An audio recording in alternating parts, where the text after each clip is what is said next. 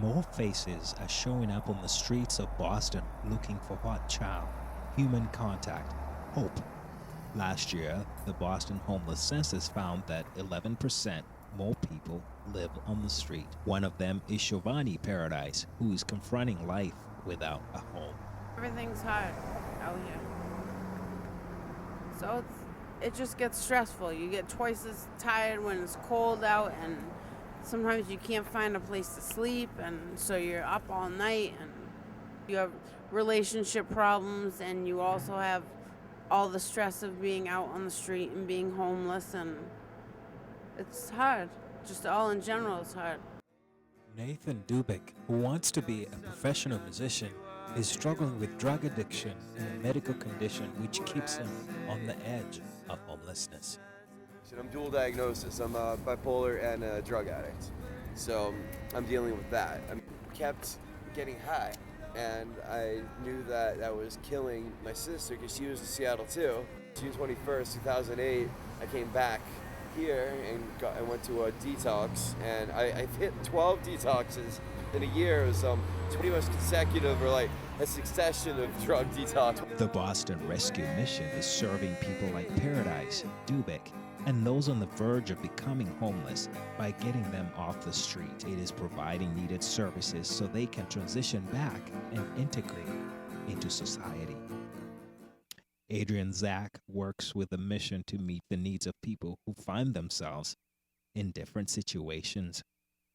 As it gets colder and I walk to and from work and see people on the street, I can't help but thinking to myself, like, it's cold. It's a time when you're lonely, and like people who are in recovery and who have addiction problems are going to be worse when you're not with your family because your family's not speaking to you because you stole money from them to use heroin. And assigning blame isn't really useful, Homeless people have often had struggles in their lives, issues that they didn't necessarily deal with in the best way, and often don't have anywhere to turn.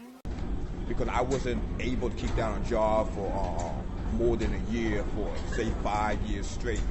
I kept on holding down a job, say 9 months, say 8 months, less than less. It was always under a year. Not having a place to stay. Being homeless could bring you down. You could become depressed, feeling hopeless. Nothing's gonna, I'm not gonna amount to anything. I'm gonna die on the streets being a bum. I need food, money today. I need a place to stay today. The Boston Rescue Mission serves hundreds of homeless people who would otherwise live in limbo by partnering with churches, civic groups, businesses, donors, and government agencies. We're 200 churches a year that come in here and help out. They come in here to serve a meal or to help out or volunteer. They'll come in and do outreach on the Boston Common every Saturday with us and go down and serve a meal there. And civic groups will go with us as well. Businesses from the area have come, and colleges, as I said before, come. John Allaire describes how spending time with the homeless is making a difference. To just talk with the homeless, but not just to provide them, with food and clothing, which yes, we want to do that. Human to human contact, somebody that will talk to them instead of just another homeless person. Day to day, you know what happens. People walk by the homeless and pretty much ignore them or avert their eyes, just turn away. So to have someone for them to have someone to walk up to them and look them in the eye and say, hey, what's your name? Where are you from? What's going on? It's and I've seen it. It's an amazing moment that happens when you can see that homeless person look back into your eyes and they know you're paying attention.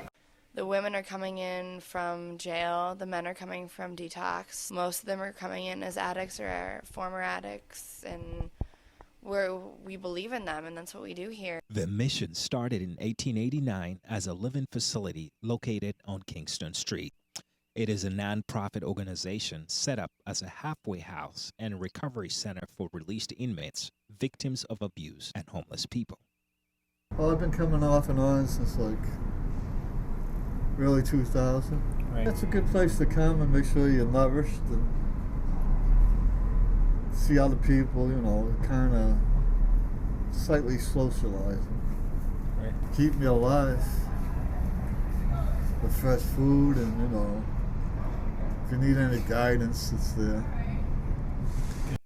Some people are there for weeks, while others for years. Some people get treatment from substance abuse, anger management, and mental health.